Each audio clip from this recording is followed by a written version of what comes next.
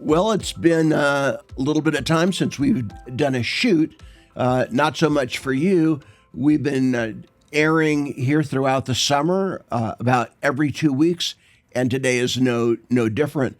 And just so you know, as far as housekeeping goes, we'll be obviously doing a show today, followed up with another show on living as a Down syndrome family, and then I will conclude, and this will be at the end of July. I'll be doing a standalone show by myself on the introvert factor.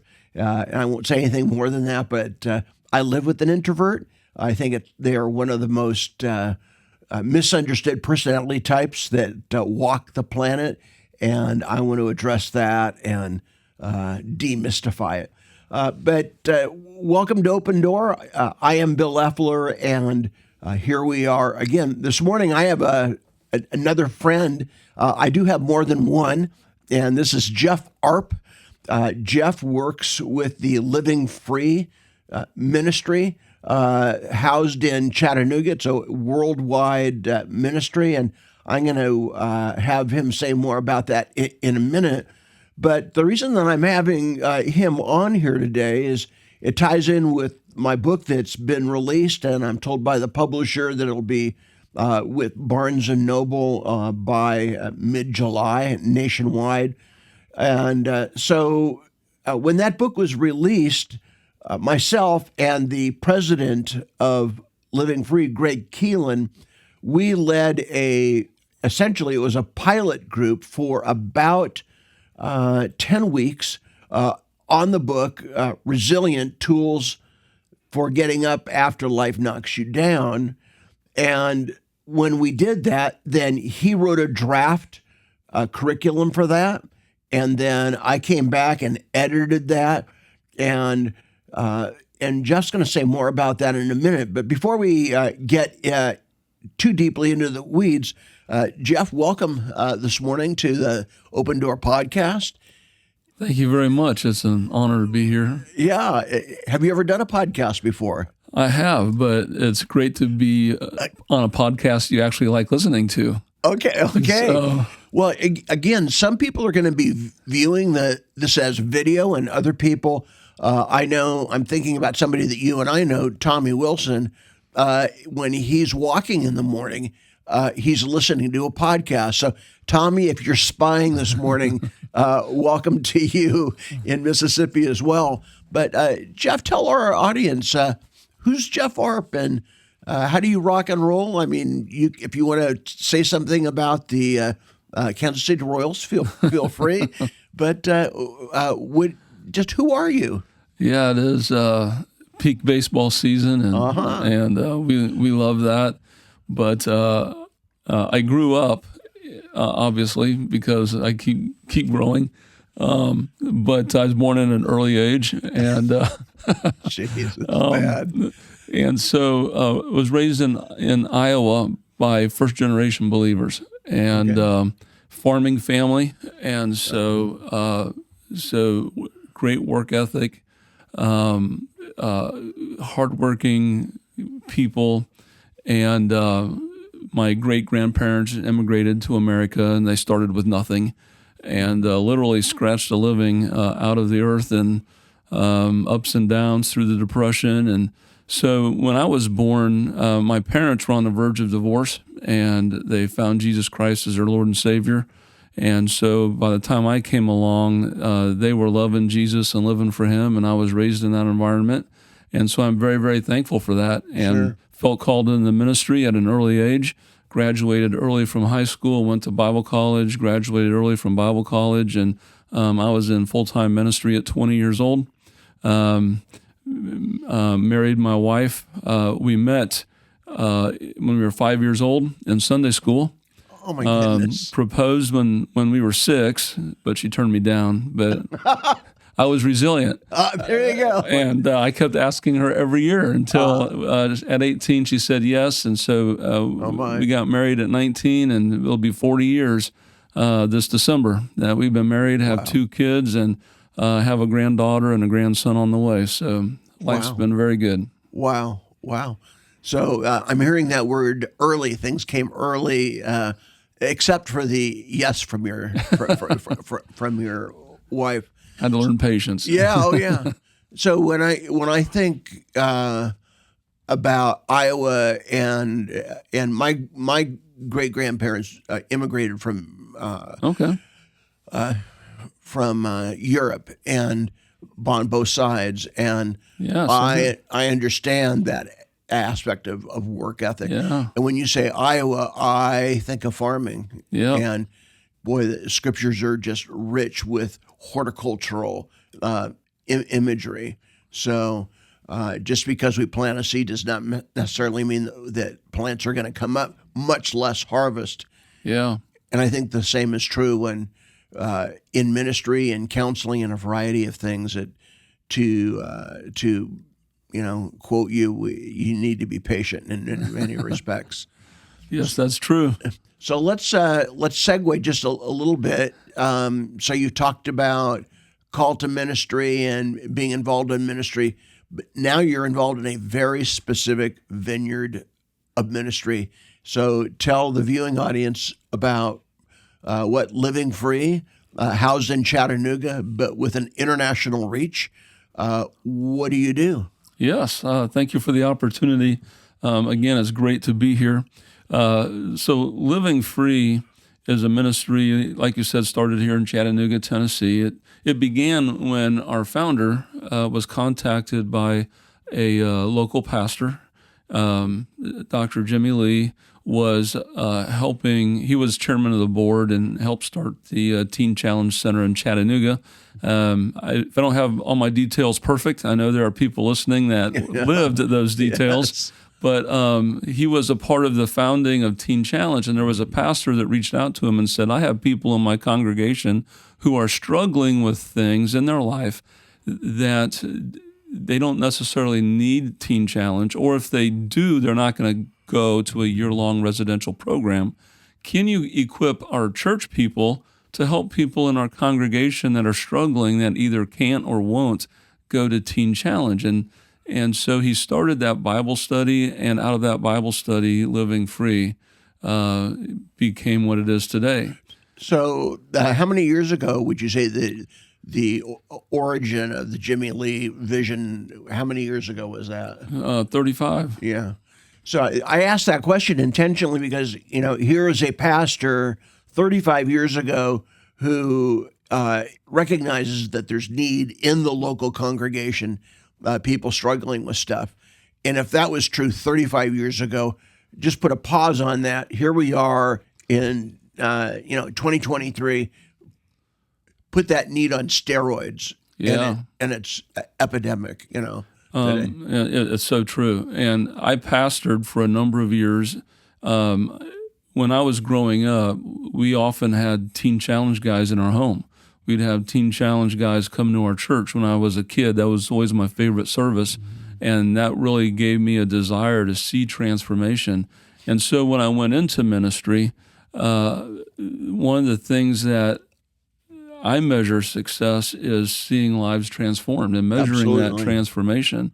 And even as a pastor, my frustration was seeing people not really. We'd have great services, they would have a great touch from the Lord, but seeing that long-term transformation lived out in lifestyle choices seemed to be a lot less common than I wanted, than I was comfortable with. That. And it frustrated me, it concerned me, it depressed me. And what was it that depressed you, that was a concern to you? I can take you to a platform of a church in Newton, Iowa, where I was standing in 2004. I remember it so vividly because it was such a, I felt so defeated because I looked out at the congregation. And we had some growth, but for the most part, we were the same church we were 6 months earlier. People that were struggling with their marriage were still struggling with their marriage. People struggling with finances. People struggling with their kids. People struggling with addiction. And we had great services, like I said, and yet people were still struggling. They would cycle. They'd have those spiritual highs where things would seem to be going in the right direction, and then it seemed like we would go right back to where we were before. And I remember standing on the platform thinking, Lord, I don't know what else to do. And I was preaching the best I knew how. I was, I was praying as hard as I knew to pray. I was bringing in the best speakers I could bring in. Our worship team gave them all the resources and tools they needed, and they ran with it, and they were great, and they made it easy to preach. So everything was going in the right direction. Everything was, we were checking all the boxes. And yet, like I said, I was standing on that platform looking out at a congregation of people that were hurting. And I was often surprised. People were hurting that would show up on Sunday wearing their smiles, wearing their nice clothes, driving their nice cars, and they would come and meet with me, and I would just find out there was so much hurt that people were struggling with. And so I remember standing on the platform on that day. Years later, I was in a Living Free group, and my first group was people that were just trying to help other people. And so nobody would that be a byline that Living Free is people trying to help other people? Yeah, we often like to say that Living Free is about ordinary people helping ordinary people. There you go. Yeah. There you go. And that first group, Living Free group I did, was professionals, very successful people, church leaders, people that were very committed to church. And God did so many great things in all of our lives. I was impacted how much baggage I realized I had. I grew up in church. I grew up in a Christian home, went to Bible college right out of high school, never struggled with drugs or alcohol. And yet in that group, God really spoke to me about some areas in my life that I had never considered they were keeping me from being free. And yet when I went through that first group, I wanted more because I saw what it did in my life, but I also loved what it did in people's lives that, again, nobody in that group was struggling with drugs or alcohol, but they were struggling with a lot of other things. And I saw God work in their life, and that's what really made me appreciate this ministry. And at that time, I was working for Teen Challenge. I was a community outreach director, and so from that group, I took it out into the community and started working with churches, and then I started working with the court system and working with county attorneys, prosecutors, sheriffs, probation officers, helping people change their life. Because I had a county attorney tell me one time the same thing I was feeling. I get tired of seeing the same people coming in front of me over and over again. If there's anything we can do to really change people's lives, that's what I want to do. That's why I'm in this position. And so I had a lot more green lights and red lights. The courts were open. People, the world's system, if you will, I mean, they're looking for answers. They're looking for solutions. My biggest challenge is equipping people that want to serve, equipping people that are willing to say, I want to get out of my comfort zone. I want to help other people. You know, you and I have a mutual friend in Mississippi. I referenced him earlier. And he recognizes that that the struggle must involve the court system, must involve the legal agencies, and he intentionally brokers and knocks on those doors. And for pastors and leaders who are listening to this podcast, who might be somewhat concerned about, gosh, what happens if the world starts coming to our church? Well, the reality, that's the gospel. Our pastor, Shannon Chapman, just last Sunday in a message asked the question, do we struggle well? Do we struggle well? And that question bothered me, and I've ended up praying about it. And as I've thought about that and done some writing on this as recent as last night, I might add, when I think about the word struggle, the word control comes to mind. Yeah. And when people think about material like we're going to talk about in a minute, they automatically default to drugs or alcohol or maybe pornography. But that aspect of control is far beyond that. And can you just speak to that about this word control? What does that resonate with you? Yeah. You mentioned struggling, and the times I have struggled most is when things happen beyond my control. Going back to when I was 6 years old and I proposed to my wife. The reason I remember it is because that really bothered me. I mean, if it didn't bother me, I wouldn't keep bringing it up. Do you have PTSD, Jeff? But pastoring and just seeing so many things. I remember I candidated at a church. The very first church I went to candidate at was in Chester, Illinois, and I believed with all my heart it was God's will for me to go there. I had been a youth pastor and enjoyed that season of my life. It was fruitful. It was fun. But I really felt led to take this next step, and I felt like I could have a great impact. I felt like I have a great impact in the community. I had done my research, had spent time on my knees, and I believed that God was calling me there. And I had one advisory board member who fought against me coming. Long story short, didn't end up going there. And I felt so out of control because it was like, God, this is your will. So now I'm out of your will because of other people's choices. And I remember as I was still young at that time, and really feeling frustrated by how easy it is to have all your ducks in a row, think this is God's will, and then all of a sudden a firecracker goes off and the ducks scatter, and you can't get them all back together again.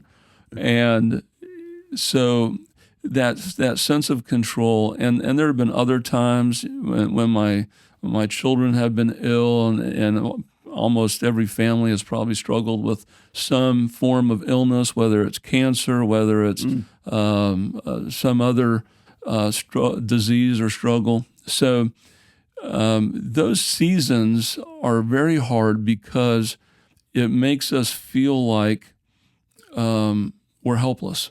And I hate that feeling of being helpless. So that's how I think of that. Another caveat of the word struggle, when I see people in counseling and they're saying, I'm struggling with whatever, oftentimes they're not struggling. They're being tantalized, not traumatized by that which they're involved in. And so then it becomes, my object as counselor, turn on the light and say, well, you're lying to yourself. You're not struggling with this at all. And that's another whole podcast for another time. So the book Resilient came out, and now curriculum has come out. And I would like you to share, cast vision in every sense of the word, particularly if you're a leader, and you may not be the point person in a church. You may be a small group person that you think, gosh, my church could use this. I would like you to speak to that. What is this curriculum about? So the Resilient curriculum, finding inner strength in impossible situations. One of the things that we know is that God will always make a way, that God will always provide. And so we have a lot of cliches in the church that we love to throw at people, and whenever people ask how we're doing, too blessed to be stressed, and so we often say a lot of things, but inside we still have this struggle. What I love about this curriculum is that it really helps us drill down deep into some of the issues that may be keeping us from really experiencing the full potential of helping or allowing Christ to help us walk through those situations, because we know that with Christ all things are possible. And so, again, that can become a cliche. How do we make that? How do we flesh that out in our day-to-day struggle when we're walking through our valleys? We all love to quote Psalm 23. I'm walking through the valley of the shadow of death. I will fear no evil.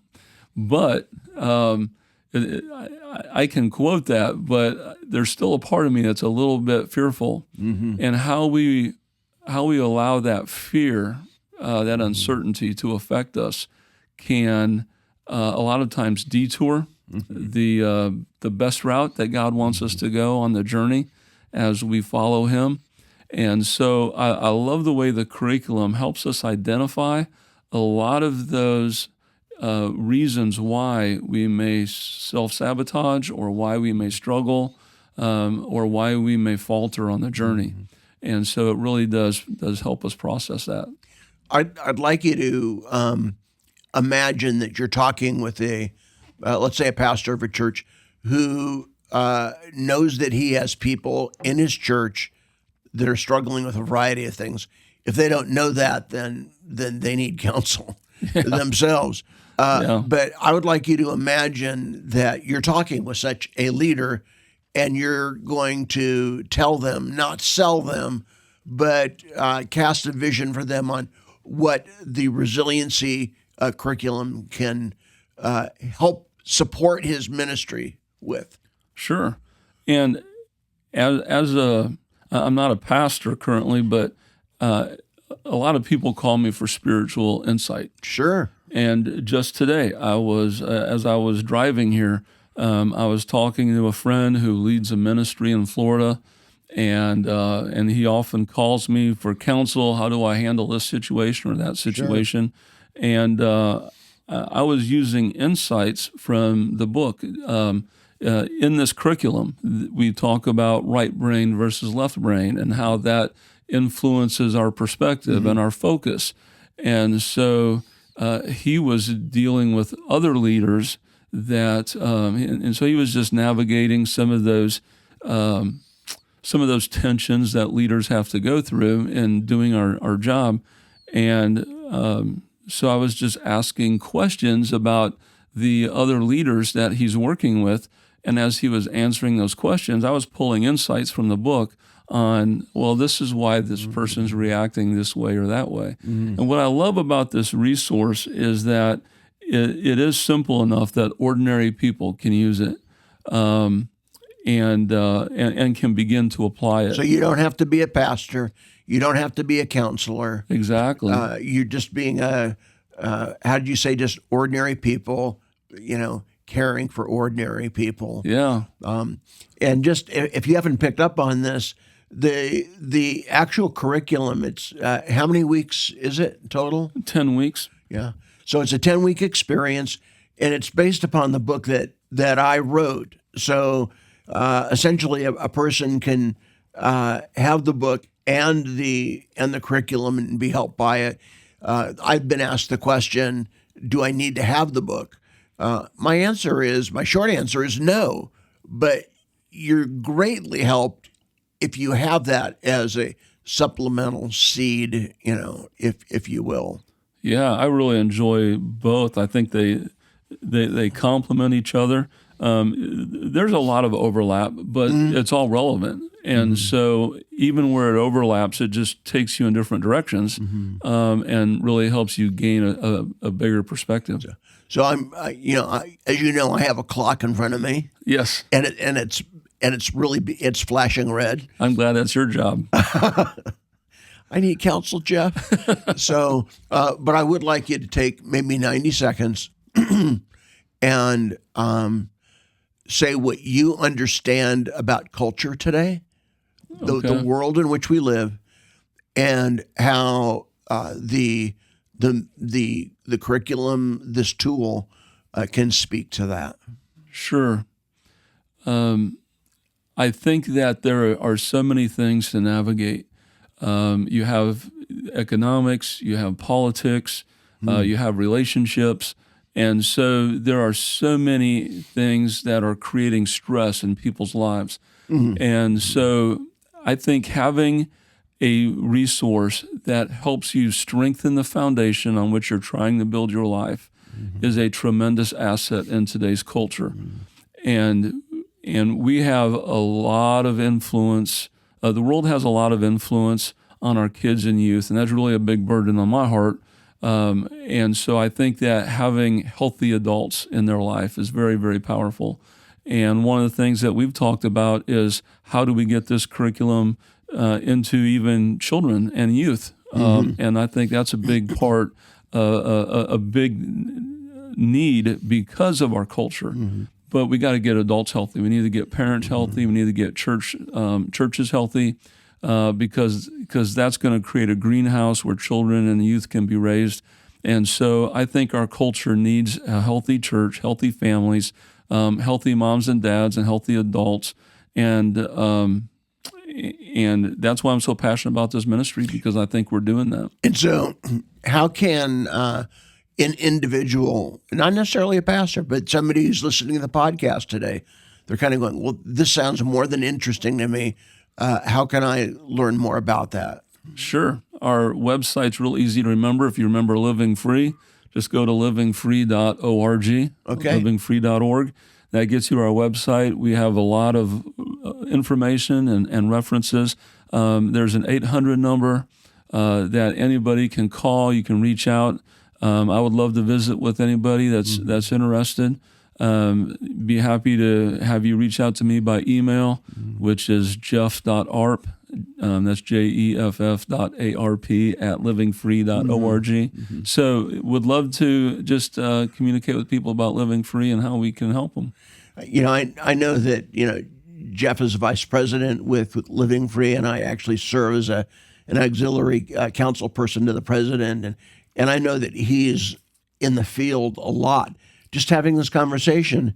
And when he's not in the field, he's at his desk and he's fielding, phone calls there.